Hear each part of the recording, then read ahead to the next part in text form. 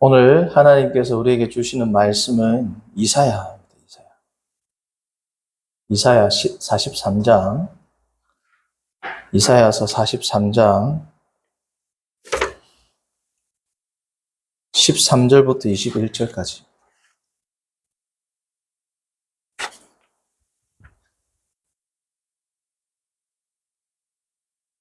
이사야 43장 14절부터 21절까지 말씀입니다. 한 절씩 교독합니다. 21절은 함께 읽습니다. 14절을 제가 먼저 읽습니다. 너희의 구속자여 이스라엘이 거룩하니 여호와가 말하노라. 너희를 위하여 내가 바벨론에 사람을 보내어 모든 갈대아 사람에게 자기들이 연락하던 배를 타고 도망하여 내려가게 하리라. 나는 여호와 너희의 거룩한 이요 이스라엘의 창조자여 너희의 왕이니라. 나 여호와가 이같이 말하노라. 바다 가운데의 길을 큰 물 가운데에 지름길을 내고 병거와 말과 군대의 용사를 이끌어내어 그들이 일시에 엎드려서 일어나지 못하고 소멸하기를 꺼져가는 불불 같게 하였느니라. 너희는 이전 일을 기억하지 말며 옛날 일을 생각하지 말라.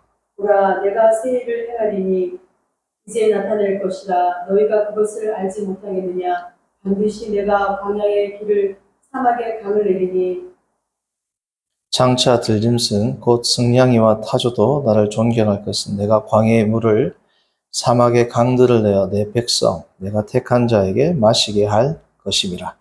이 백성은 내가 나를 위하여 지었나니 나를 찬송하게 하려 함이니라. 아멘. 오늘 말씀의 제목은 Salvation of the Lord입니다.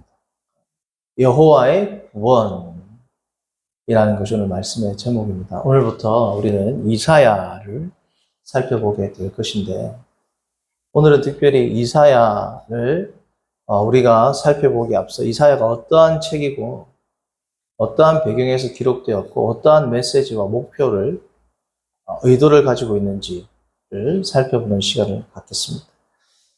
제목을 여호와의 구원이라고 제가 선택한 이유는 다음과 같습니다. 왜냐하면 이사야라는 말씀 자체가, 이사야라는 이 단어 자체가 야샤라는 히브리어 동사, 칼형으로 그가 구원하셨다.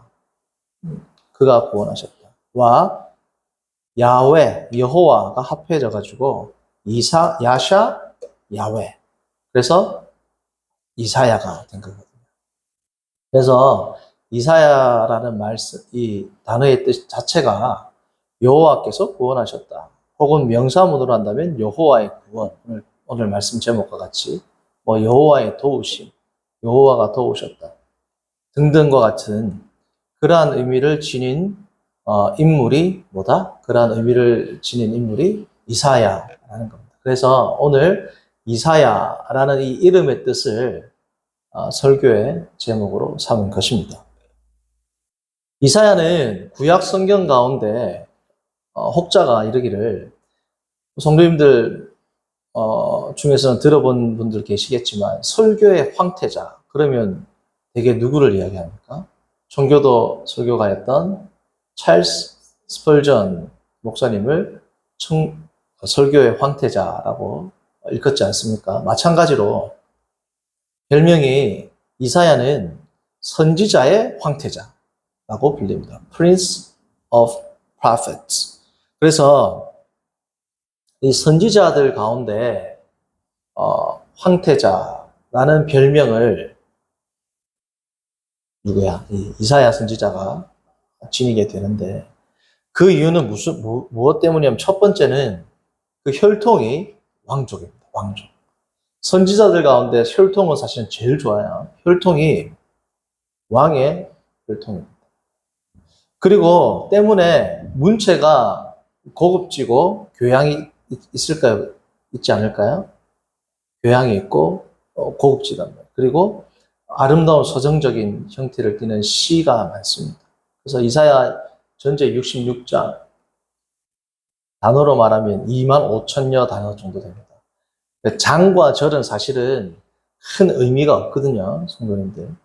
장이라는 것은 원래 성경에 영감된 것이 아니고 절도 영감된 것이 아니죠. 장과 절은, 장은 13세기 중엽, 누구야, 스테판 랭튼이라는, 분에 의해서 장이 나누어졌고, 아크비숍입니다, 아크비숍. 갑자기 생각이 안 나는 대주교. 그리고 이제 절 같은 경우는 구약은 이제 랍비, 나단이나 랍비에 의해서 15세기 중엽. 그리고 신약 구절은 로버스 에스티앙에 의해서 16세기 중엽. 그러니까 결국은 어쨌든 성경이 기록된 한참 뒤에 장과 절이 나누어졌다. 장은 14세기, 절은 16세기 중엽이 되어서야 비로소 나눠지니까 장절은 사실은 영감된 것이 아닙니다. 그렇죠? 그래서 제가 이 말씀을 왜 드렸냐? 이사야가 25,000여 단어 정도가 되는데 그 가운데 82%가 뭐다? poetry, 시입니다. 시. 산문이 아니고 82%가 시로 되어 있어요. 근데 참 특이할 만한 사실은 성도님들 선지서들 가운데 많은 선지서들이 시 형태를 띠고 있습니다. 완전히 100%다 시로 된 선지서도 있어요. 소서 선지서 가운데 오바댜, 나움, 미가, 하박국은 처음부터 끝까지가 다 시입니다. 시. 그런가 하면 우리 스바냐 있죠? 스바냐가 95%가 시입니다. 또 참고적으로 말씀드리면 요엘, 호세아가 94%가 시입니다.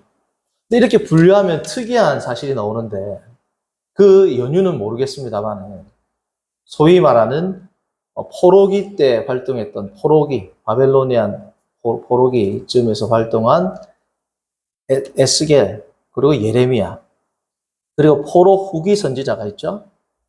학개, 스가랴, 말라기. 그러니까 포로기 선지자였던 에스겔과 예레미야서를 보면 거의 시가 없습니다. 그리고 포로 후기의 학개, 빵프로예요. 시가 빵프로. 말라기, 빵프로입니다. 스가랴면 마지막 부분에 한 17% 정도로 이제 계산을 하는 학자가 있는데, 어쨌든 참 그 이유는 모르겠습니다만은 공교롭게도 포로기로부터 포로 후기의 선지자들의 선지서들은 그들의 글은 거의 시가 있다 없다? 없습니다. 없고, 그러나 많은 선지서들이 뭐로 돼 있다? 시로 돼 있다. 그런데 그 중에 대선지서 가운데에서는 이사야가, 에스겔과 예레미야는 거의 시가 있다 없다? 없습니다. 이사야서는 아주 아름다운 서정적인 형태 82%가 80% 이상이 시로 되어 있죠. 그래서 문장 자체가 우리가 한글로 봐도 좀 격이 있어요. 격이 있고, 그렇다고 에스겔, 예레미야 없다 이 뜻이 아니고 격이 있고 시적인 그리고 이미지 언어를 많이 씁니다. 특별히 이사야 6장 같은 경우에는 하늘 보좌를 마치 그림을 그리듯이 쫙 묘사를 하지 않습니까? 자, 그래서 이사야를 선지자 가운데 황태자다 라고 불리는 첫 번째 이유가 뭐다? 왕의 혈통이다. 두 번째, 문체가 격이 있고 서정적이다. 80% 이상이 시로 되어 있다. 대선지서 가운데 유일하게. 그리고 또 뭡니까? 엄청나게 방대합니다. 그래서 분량으로 따지면 제일 긴 성경이, 장으로는 이사야가 66장에서 제일 긴 것 같지만 아까 말씀드렸다시피 장절은 의미가 없어요. 그렇죠? 분량으로는 단어로 따지면, 단어로 볼 때 가장 많은 분량이 예레미야가 한 5천 단어 정도 됩니다. 5천 단어. 3천 단어. 3천3천여 단어가 되고, 그리고 에스겔이 3만여 단어 정도 됩니다.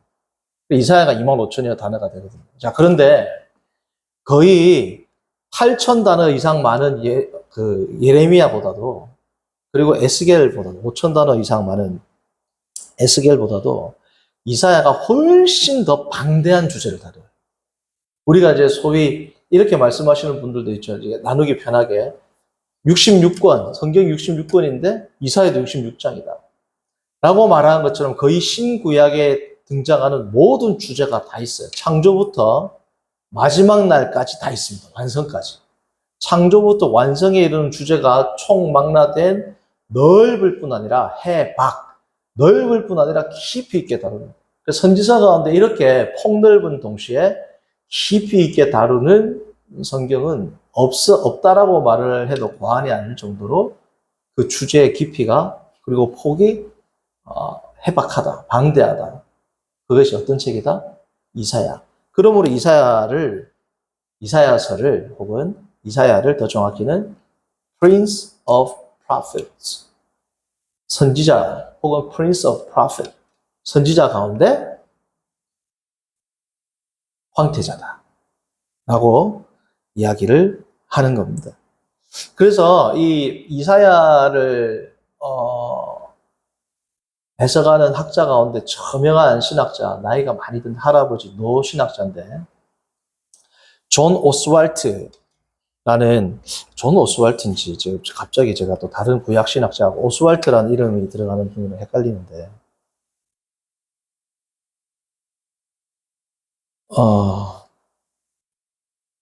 좀 헷갈려요. 존 오스왈트, 어쨌든 오스왈트가 들어갑니다. 이 신학자가 뭐라고 하냐면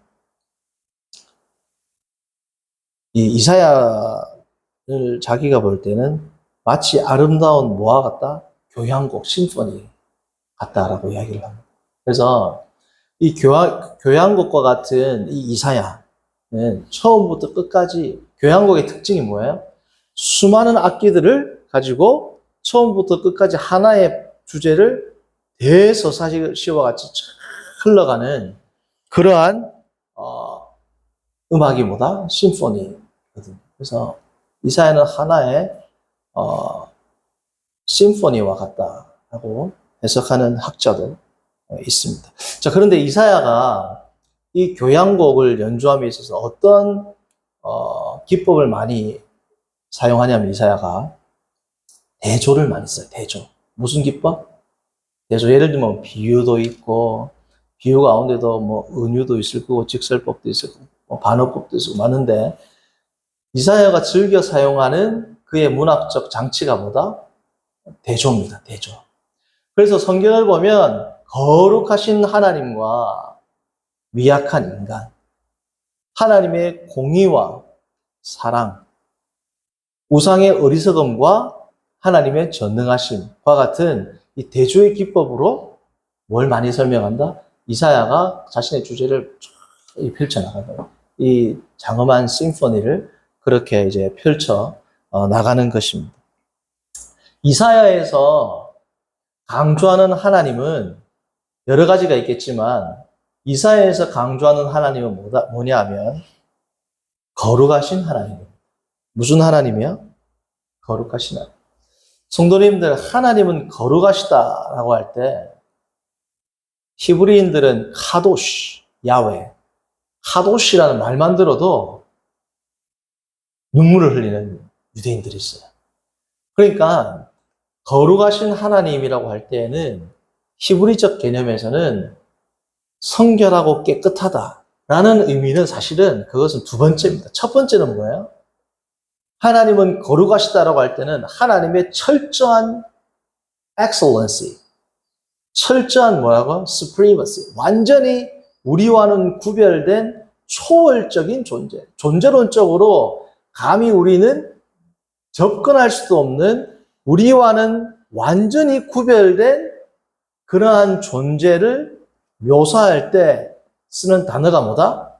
거룩입니다. 그래서 거룩은 윤리적인 개념 이전에 무슨 개념이다? 존재론적인 개념이에요. 그러니까 하나님께서 존재론적으로 모든 피조물보다 뛰어나고 탁월하시니까 당연히 윤리적으로도 어떨까요? 비교할 수 없을 만큼 탁월하시단 말이죠. 그래서 윤리적인 개념은 존재론적 개념으로부터 파생되는 겁니다. 이게 우리 실천적으로도 맞는 말 아니겠어요? 성도님들, 우리가 윤리적으로 올바르게 살아야 되겠다고 해서 됩니까? 우리의 존재가 구별된 존재로 바뀔 때 우리의 삶과 도덕과 윤리가 어떻게 돼요? 바뀌는 거예요. 그러니까 이게 벌써 그렇기 때문에 거룩이라는 이 의미는 윤리적인 의미는 파생적 의미예요. 훨씬 더 근본적이고 근원적인 의미는 뭐다? 존재론적 의미가 됩니다. 그러니까 하나님을 묘사하는 가장 중요한 표현이 이사야에서는 어떤 분이다? 거룩하신 분.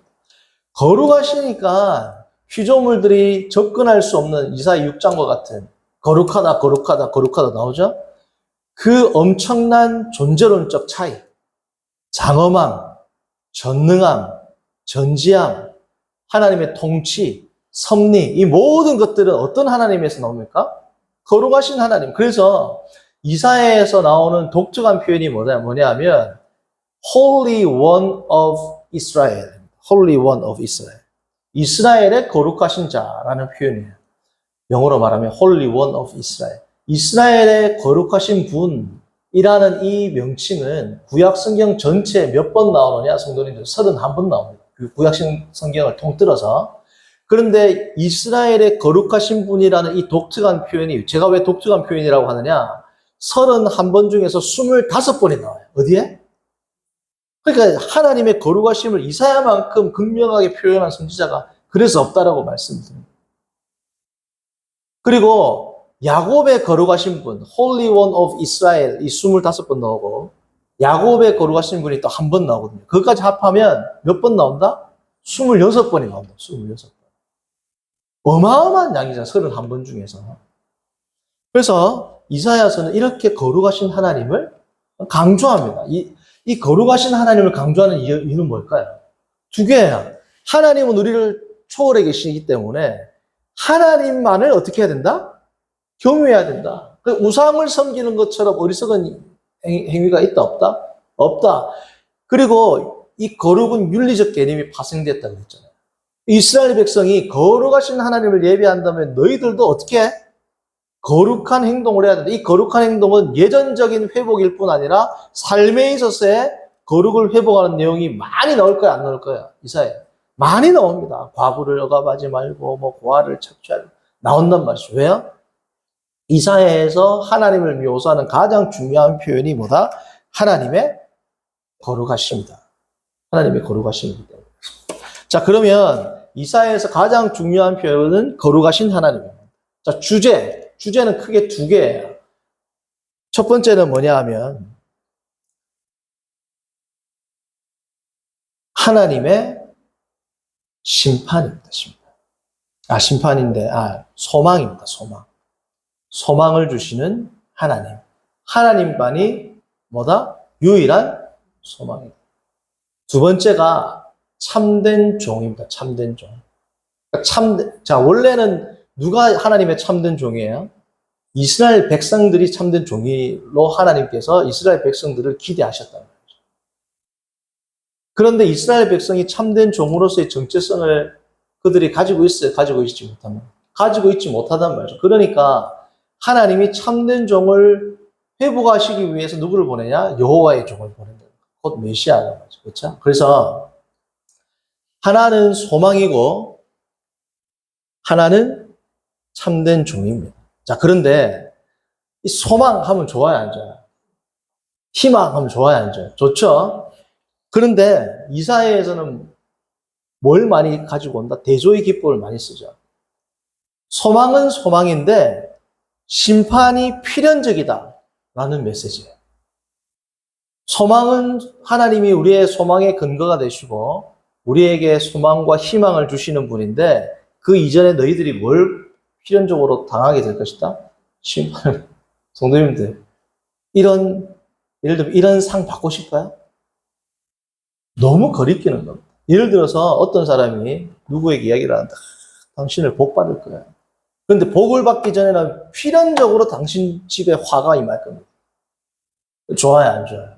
나 그런 거 복 안 받을란다 하는 사람도 있을지 모르고. 그러니까 거짓 선지자들은 소망과 희망만을 이야기합니다. 그런데 이사야의 특징은 뭐다? 소망의 하나님이다. 그런데 그 이전에 너희들이 필연적으로 뭘 당하게 된다? 심판을 당한다. 심판의 메시지가 엄청 나와요. 1장부터. 두 번째는 뭐다? 아까? 참된 종. 왜 심판을 받는 거야? 참된 종으로서의 정체성을 잃었어. 누가? 이스라엘 백성들이. 그러니까 참된 종을 통하여서 소망을 회복시켜 주는 거예요. 그게 누굽니까? 여호와의 종, 메시아입니다.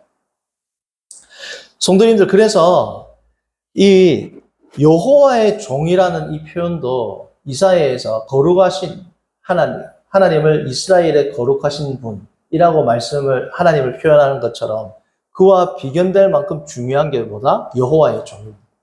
근데 이 여호와의 종은 대부분 누구를 가리킨다? 이스라엘 백성을 이야기합니다. 이스라엘 백성. 이스라엘 백성을 의미하는데 그러니까 군집이죠. 한 명이 아니고. 그런데 특이한 것은 이스라엘 백성을 이야기하는데 이스라엘 백성이 한 백성이죠. 하나님의 한 백성. 그래서 단수를 써야 단수를. 여호와의 종할 때 여호와의 종이라는 단수 명사를 씀에도 불구하고 문맥상 이스라엘 백성을 의미하는 구절이 많다 안 많다? 많이 있어요. 물론 이사야 43장, 49장, 50장, 52장에서 53장과 같은 소위 여호와의 종의 노래, 여호와의 종에 대한 예언에 나오는 여호와의 종은 누구냐면 예수 그리스도를 예표합니다. 여기서는 메시아를 나타내요. 그러나 많은 부분, 그 외에 많은 부분은 여호와의 종하면 누구를 이야기한다? 이스라엘 백성.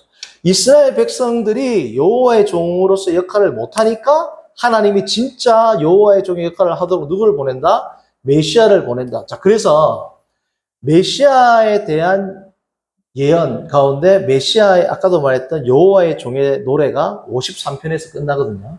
42, 49, 50, 52장 13절부터 53장 12절까지가 여호와의 종에 대한 노래입니다. 노래. 근데 특이한 것은 이 여호와의 종의 노래가 끝나고 나서는 여호와의 종이 다 복수명사로 나와요. 신기하죠? 그 이전에는 여호와의 종을 이야기할 때 다 뭘 이야기해요? 단수명사. 왜 그럴까요? 생각을 해보세요.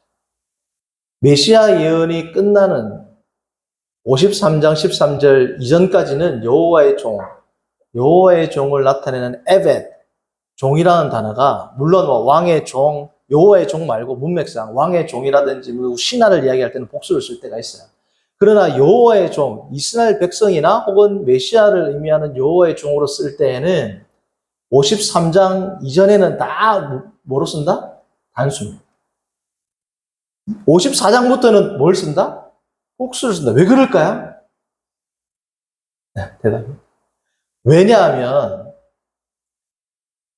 메시아가 오기 전까지는 여호와의 종이 메시아이거나 누구예요? 이스라엘 백성입니다.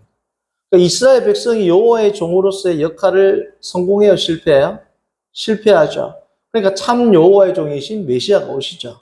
회복이 돼. 그럼 이 여호와의 종은 이스라엘 백성에게 국한됩니까? 온 열방으로 다. 온 열방에 있는 만방의 모든 백성들이 다 뭐가 되는 거야? 여호와의 종이 된단 말이죠. 참으로 여호와를 섬기는 백성들이 된단 말이죠. 그래서 54장부터는 여호와의 종이라는 단어가 복수로 나옵니다. 56장을 보면 한글 성경에는 지금 제가 정확하게 56장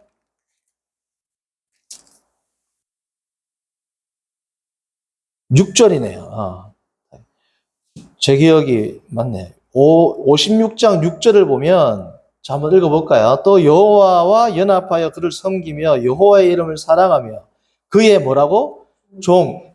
복수야, 단수야? 단수, 종이면 단수죠. 그러니까 이거 한글 번역이 잘못된 거예요. 원래는 복수예요. 그러니까 54장 이후에는 다 복수입니다. 근데 한글 성경에서 56장 빼고는 다 복수로 다 번역됐어요. 근데 56장 6절도 원래 원어는 단수다, 복수다? 복수입니다. 영어 성경도 다 모든 영어 성경 80개 이상의 영어 성경을 제가 다 찾은 건 아니지만 제가 한 8, 9개 찾아봤거든요. 다 복수예요. 한글 성경은 그냥 단수로 처리를 했지만 왜냐하면 이거는 뭐 번역이 잘못됐다라고 말하기보다는 우리나라 말 특징이 단수 복수를 잘 어떻게 해요? 구분을 잘 안 하지 않습니까? 그런 것을 기인한 우리나라 한글의 특성에 기인한다 보시면 됩니다. 뭐 거창하게 뭐 번역 문제라고 하시는 것보다는 자 그래서 가장 중요한 표현은 이스라엘의 거룩하신 분. 그리고 또 중요한 표현이 뭐다? 여호와의 종. 주제는 뭐다? 소망이다. 근데 뭘 통한 소망? 심판을 통한 소망. 심판을 통해서 정화된 자에게 주는 하나님의 회복이라는 거죠. 그리고 심판을 통한 소망. 두 번째 주제는 뭐다? 참된 종. 참된 종이 정체성은 뭐하고? 참된 종은 어떠한 존재로, 어떠한 특징으로 나타나야 하는가? 그게 56장부터 66장은 참된 종의 특징을 하나로 이야기한다면 의입니다. 의. 혹은 공의. 자, 그러면 이 이사야서는 어떠한 히스토리컬 세팅, 다시 말씀드리면 이사야서의 배경이 되는 것은 어떤 것이냐? 자, 성도님들, 성경 가운데 아마도 유일할 겁니다. 이 이사야의 특징은 뭐냐 하면, 성도님들 다니엘이라든지, 예를 들면 에스겔이라든지, 예레미야라든지 다 예언이 있어요, 없어요? 뭐 하박국이라든지 다 있습니다, 예언이. 학계라든지 스가랴 다 있단 말이죠.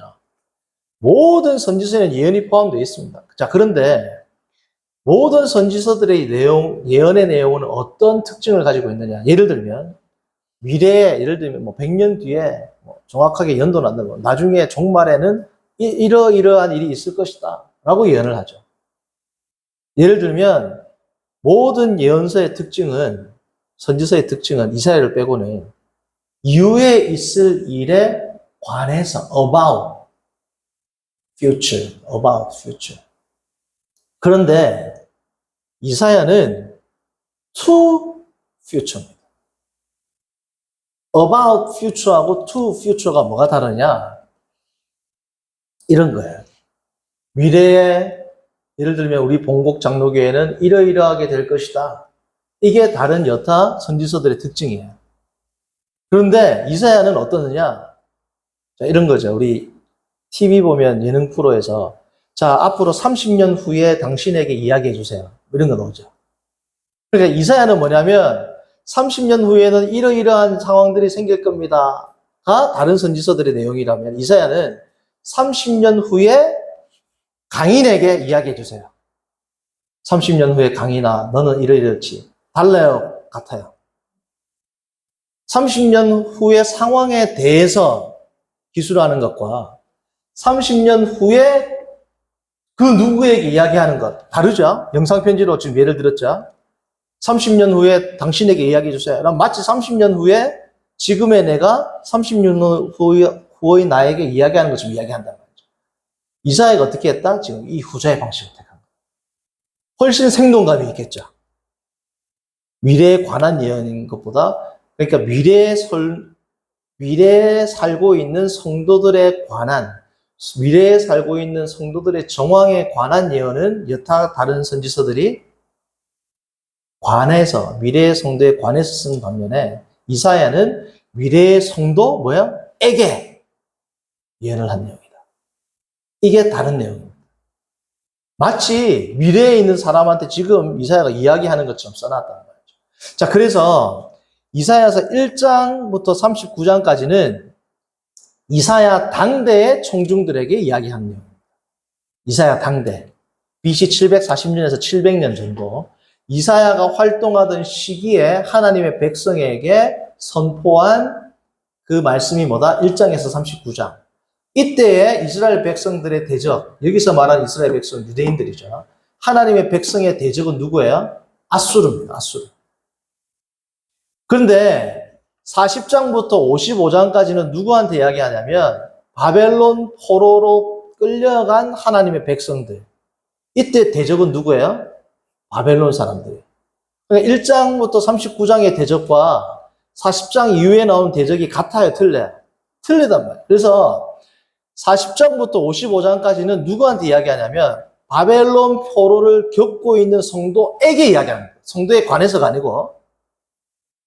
그리고 56장부터 66장은 뭐냐면 BC 539년에 이제 고레스 칙령에 의해서 백성들이 어떻게 귀환하죠. 그래서 마지막 부분 56장에서 66장은 귀환한 백성들에게 이야기하는 겁니다. 그래서 1장부터 39장은 BC 740에서 700년 정도에 당시에 이사야 당대의 성도들에게 이사야가 이야기한 내용이라면 40장부터 55장까지는 BC 586부터 BC 540년까지 바벨론 포로기를 겪는 하나님의 백성에게 이사야가 전하는 메시지입니다. 56장부터 66장까지는 누구한테 전하는 메시지다? 귀환한 백성들한테 전하는 메시지가 56장부터 66장까지 된다라는 겁니다. 자, 이게 우리한테 어떠한 의미가 있을까요? 어떤 의미가 있냐면 이런 거죠. 지금 고난을 겪고 있는 성도들한테도 의미가 있을 겁니다. 그건 뭐예요? 1장부터 39장. 고난을 겪는 게 아니라 지금 죄 가운데 하나님을 믿지만 여전히 죄를 짓고 그 죄로부터 돌이키지 않는 백성들한테도 엄중한 경고의 메시지가 돼요. 1장부터 39장까지. 40장부터 55장까지는 뭐예요? 지금 자신의 죄로 말미암아 하나님께 고통받고 고난받는 성도들에게도 메시지가 되는 거예요. 그런가 하면 막 고난에서부터 회복하고 있는 성도들에게도 이사야서는 뭐예요? 메시지가 된단 말이죠. 그것이 다름 아닌 이사야서의 뭐예요? 이사야서가 가지고 있는 어떻게 보면 특징이고 매력이란 말이죠. 그래서 성도님들 가운데 죄를 짓고 있는 분들에게는 이사야가 뭐예요? 엄중한 경고와 회개를 촉구하는 메시지가 되죠. 또한 고통을 겪고 있는 성도들에게는 또 뭐예요? 이사야가 위로와 하나님의 은혜를 전하는 메시지가 됩니다. 이제 막 고통에서부터 빠져나와서 이제 살아가고 있는 성도들에게는 이사야가 뭐예요? 소망과 회복을 했으니까 이 소망과 기쁨과 그럼에도 불구하고 각성하라 라는 메시지가 되는 겁니다. 그래서 이 이사야의 메시지는 모든 경우에 있는, 모든 상황에 있는 성도들이 공히 다 읽고 묵상하는 것을 통해서 하나님을 만나고 하나님께 나아가고 하나님께 예배할 수 있는 참 좋은 성경이라는 생각에서 제가 이사야서를 수요 예배 강의로 택했습니다. 오늘까지는 이 이사야에 대한 전반적인 내용을 할 것이고 다음 주부터 이제 이사야 1장을 다루도록 하겠습니다. 자, 이 시간 기도하겠습니다. 선하신 하나님 아버지, 오늘 우리가 이사야서의 말씀을 전체적인 내용을 살펴보므로 여호와 하나님만이 유일한 경배의 대상이며 거룩하신 분이며 그래서 우리는 참된 종으로 살아가야 한다는 것을 생각하게 하심을 감사합니다. 참된 종으로서의 정체성을 상실하게 될 때 엄중한 심판이 있을 것임을 또한 하나님께서 이사야를 통해서 말씀하신다는 것도 깨닫게 하심을 감사합니다. 그러나 그럼에도 불구하고 하나님은 우리를 버리지 아니하셔서 우리를 심판을 통하여 정결케 하시고 다시금 하나님께 나올 수 있는 소망을 주시는 하나님이라는 것도 우리가 알게 하심을 감사합니다. 하나님 바라기는 이 이사야서의 강해 설교를 통하여 남모르는 은밀한 죄를 짓고 있는 성도들에게는 경고의 메시지가 되게 하시고 고통과 환난과 신음하고 있는 성도들에게는 하나님께서 주시는 위로의 메시지가 되게 하시고 고통과 환난 가운데 나와 하나님께 나오는 백성들에게는 소망과 경성의 메시지가 되는 귀한 주의 말씀 되도록 인도하여 주옵소서. 예수님의 이름으로 기도합니다.